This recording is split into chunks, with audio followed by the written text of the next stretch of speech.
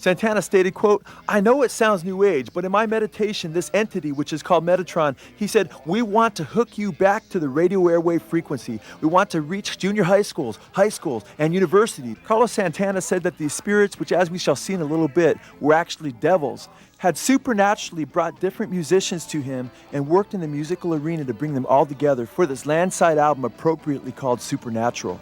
Santana said, "I heard this entity wanted me to know I would be hooked up with the right writers, musicians, and producers for the purpose of reaching high school and college kids, so my inner instructions were clear." He said that Eric Clapton wanted to know if he could play on the album. He said, "All the people who played on the record said that they had heard my music before I called them, or that I appeared to them in dreams or something." Santana said they knew what was coming before they got the call.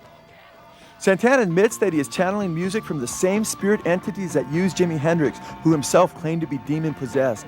He said, quote, "There is an invisible radio that Jimi Hendrix and Coltrane tuned into, and when you go there, you start channeling other music."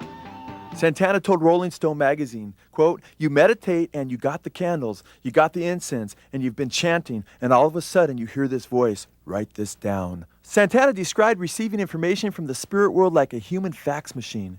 He sat me down and he told me that he had done his meditations and that he had spoken with his wife and that he had spoken with the angels, and they had come to him and they had told him that this is what he needs to do. Santana's angels are really devils who are using Santana to communicate Satan's age-old lie that we are gods. Like, yeah, okay. Yeah, I want to get tapped into what he's doing. And what you're going to see with regard to Jimi Hendrix is that not only did he admit to being demon-possessed, but he admitted that his music had just come out of him, and that it affected other people because these demons were using his music.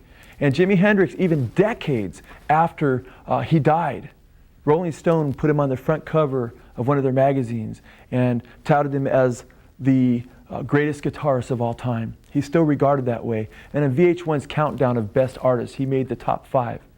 But what you're about to see is that Jimi Hendrix was really not Jimi Hendrix. The power of Jimi Hendrix was a demon spirit, or more than one demon spirit, using him and channeling music through him, even as we saw earlier with Carlos Santana, who spoke of channeling the same music that Jimi Hendrix does. Let's check out this clip and see what happened in the 60s through music.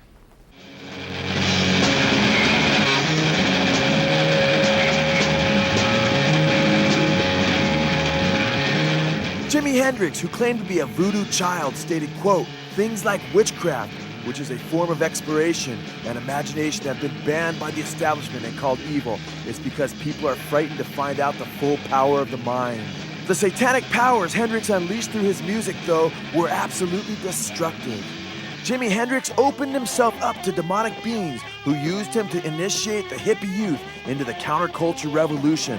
Alan Douglas, the executive curator of Hendrix's musical estate, admitted his spirit possession. Now, one of the biggest things about Jimmy was what he believed, and he believed that he was possessed by some spirit, and I got to believe it myself, and that's what we had to deal with all the time. And he was very humble about discussing it with people because he didn't want people to feel like he was being pretentious and so on, but he really believed it, right?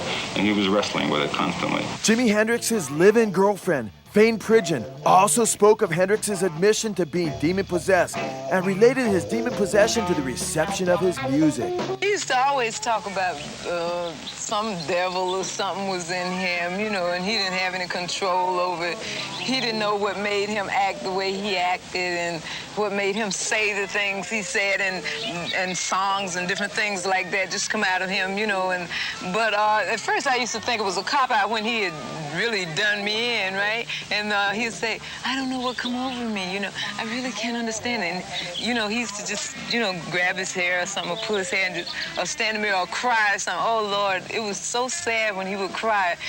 Maybe he was the first man, or maybe the only man that I've ever seen cry, you know, but it just killed me when he cried, because he felt like, it seems like to me he was so tormented and just torn apart, and like he really was obsessed, you know, with something really evil, you know. And he said, you know, like, you're from Georgia, you know, he said, I should know how, you know, people drive demons. He actually thought about, you know, if we ever go, because I used to talk about my grandmother and all her weird stuff, you know, and he used to talk about us going down there and having some root lady or somebody see if she could drive this demon out of him. Make a whole lot of money. Gonna be big, yeah. Blues master B.B. King said, quote, "As a musician, Robert Johnson had it all." I think he's the greatest folk blues guitar player that ever lived, and the greatest singer, the greatest writer. You know, you think you were getting a handle on playing the blues, and then to hear Johnson, you say, whoa, there's a long way to go yet.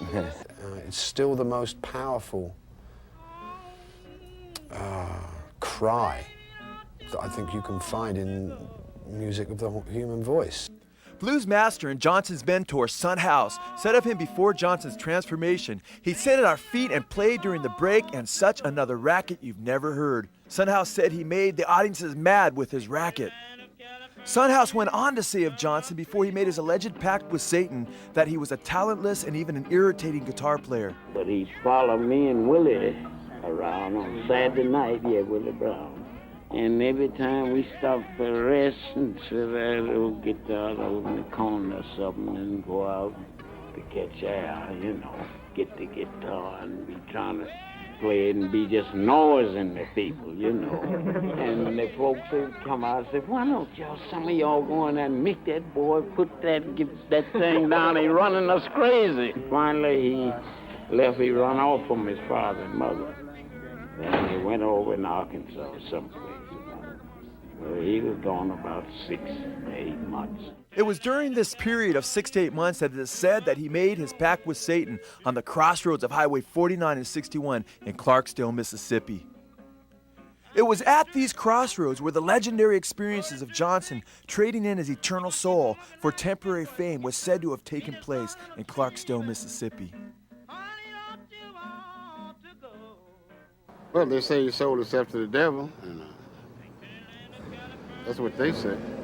I heard a lot of people say that he sold himself to the devil, went to the crossroads and all that. After Johnson's alleged pact with Satan, everything changed as Johnson went from being the worst blues guitarist in a matter of months to the best. Some musicians who knew Johnson claimed that Johnson himself admitted that he sold his soul to Satan. He said he done that, went to the crossroads. I was up this morning. Son House said that when Johnson returned after 6 to 8 months, everything changed as Johnson was transformed almost before their very eyes. Then he come back. When he come back, me and Willie Brown was playing out there, and he walked in. He said, can I hit a little tune? I said, "Nah, don't come back with that, Robert." I said, "You know the people don't want to hear that racket." He said, "Let them say what they want to say. I want you to see what I learned." Son House said when he finished, all of our mouths were standing open. They couldn't believe what they were hearing. Son House declared emphatically, quote, "He sold his soul to the devil to play like that."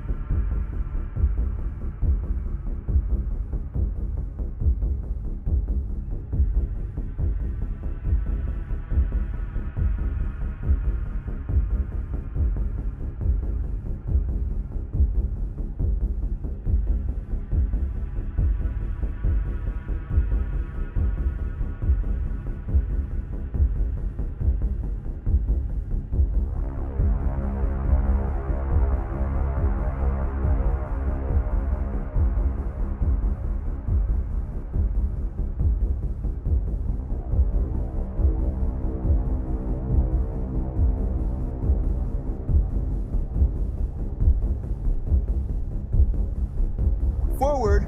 Your stairway lies on the whispering wind. says, and your stairway lies on the whispering wind. Backwards it says, 'cause I live with Satan. Listen carefully.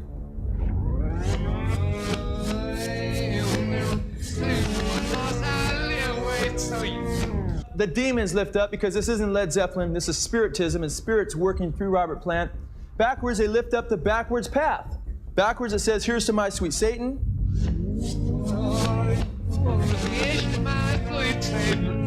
Did you hear that? Listen carefully. It says, I want to live it backwards, like the Zepp, whose power is Satan.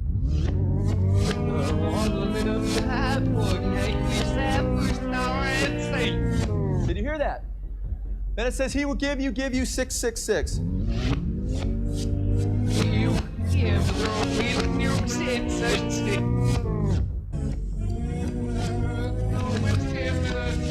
Raise your hands if you heard that. Okay, it's quite obvious and it's quite clear.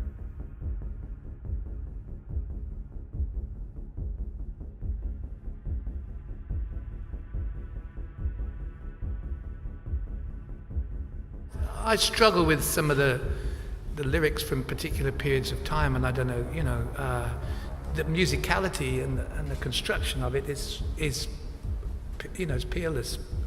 But maybe I didn't quite feel the same about the lyrics a little bit later on in life as I got a bit further down the road. Maybe I'm still trying to work out what I was talking about. Maybe you were channeling, Robert. Channeling is a good one, yeah. Owen Glyndŵr is, that's where it came from, yeah.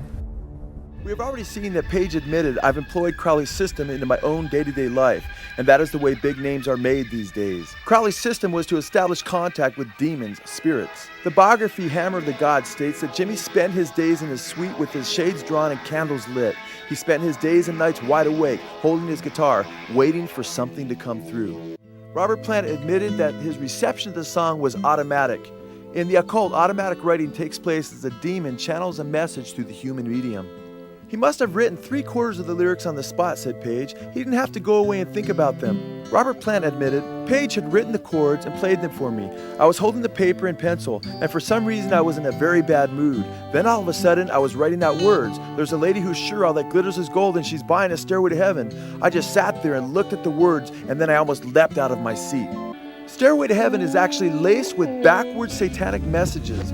We are talking about words that say one thing forward, and then when those same words are played backwards, there is yet another intelligible message. This satanic phenomena goes far beyond the scope of human ingenuity and is demonically inspired. Bob Garcia of A&M Records stated, quote, it must be the devil, because nobody here knows how to do it. Here we see Robert Plant, while singing Stairway to Heaven, telling his fans that sometimes words have two meanings, as he signs with his hands that they are both forward and backwards. There's a sign on the wall, but she wants to be sure, 'cause sometimes words have two meanings.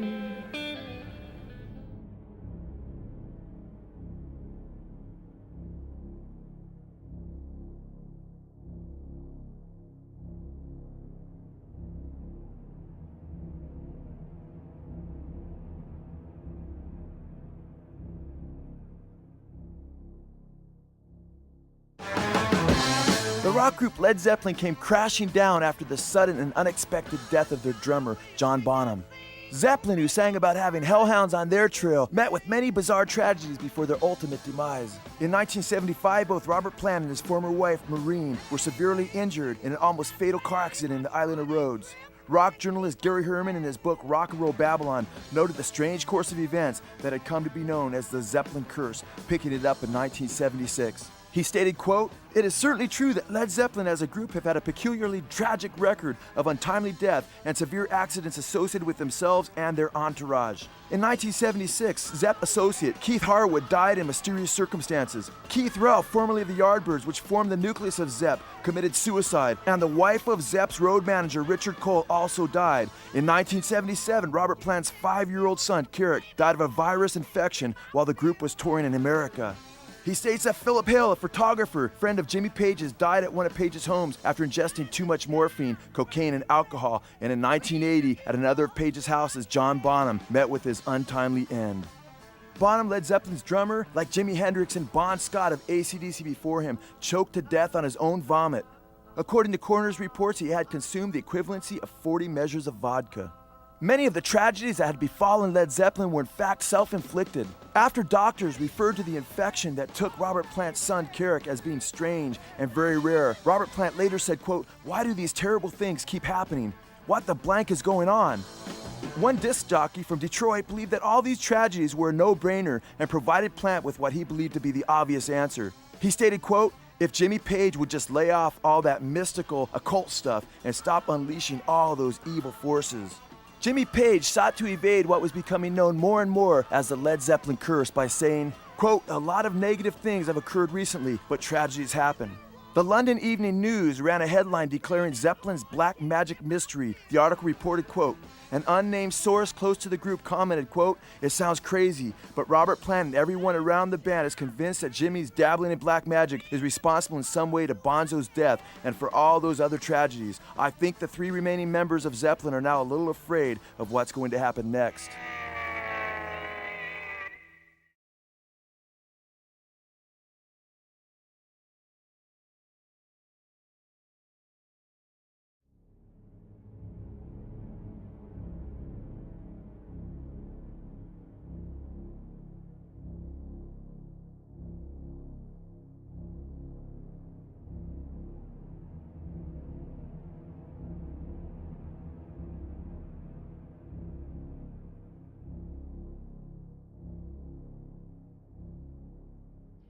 And as we talk, the band leader says, "How long have you fellas been involved with sorcery?" And he shocked us a little bit. And I said, "Exactly what do you mean?" "Well," he said, "you know, what you people are doing, talking to the supposed spirits of the dead." He says, this is silly." And this man had been at the seance with you. Yeah, oh yeah. And he's telling you that it's silly what you've just done. Because see, my wife, he says, goes to these seances because she gets comfort and she gets something good out of it, good feeling out of it. And she lives for what the spirits are going to see that the future is going to be like. To me, he says, "I can't bother with this stuff." He says, "I want power. I go right to the source of power." And he says, "How do you think that I became famous the way that I am?" Well, I said, "You must have had some good luck." Well, he says, "There's no such thing as good luck." He says, "There's either some power working for you somewhere, or you don't get ahead in this world. Not in my type of occupation." So it went from there. We got talking about spirit worship. Did it intrigue you? Or did it make you want to find out more about what exactly he was talking about? Yeah. So he said the supposed spirits of the dead that you're talking with are demon spirits. They're fallen angels. They're beautiful beings. Just set it out, just like that. Oh, yeah. It didn't make you uneasy when he said they were... Well, you know, it shocked you a little bit, you know. Something that you first hear mentioned to you. He said, "You guys have got a great future ahead of you. Because we've been told, the high priest of our society, secret society, has been told that the master has very special plans for you too." Now, what did he mean by the master? Satan. And we were interested to hear more about it. And he told us, he says, "Look,